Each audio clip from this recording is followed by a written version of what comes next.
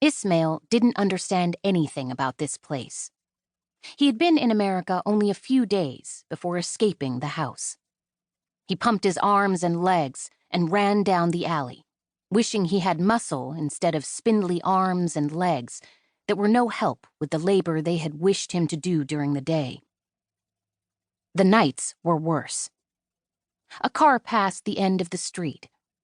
A child's cry left his lips, the kind he hadn't been able to hold back when the cartel killed his little brother and took him from his village.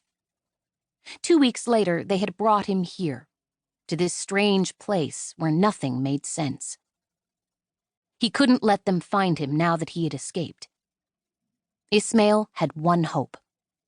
If Michelle wasn't at the meeting point, he would never get home. He needed to be away from this awful place where the rain had no power.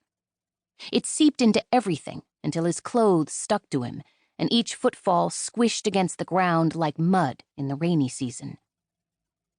At the end of the street, he stopped to look first and make sure they weren't watching for him. He had to cross both directions and make it to the building on the other side, where hope resided. A van buzzed past. He saw a break in the traffic and made a run for it across the busy street. Someone honked their horn. Ismail prayed to the God he had once believed in, the same God who had abandoned him a long time ago. The only thing he'd managed to retain since childhood was a single friendship, and a collection of letters he had been forced to leave behind. He stumbled up the curb on the other side of the street in front of the red brick building that stretched up 4 stories. The light above the front door flickered. He shoved open the motel front door and rushed across the lobby. The man behind the front desk called out, "Hey!" Ismail ignored the man. He found the door to the stairs and ran to the 3rd floor. Room 312 was to the left.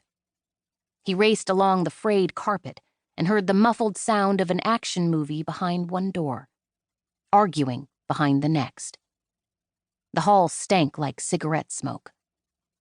He reached the door too fast, collided with it, and curled his fist to knock. The door swung open on its own. No one stood there.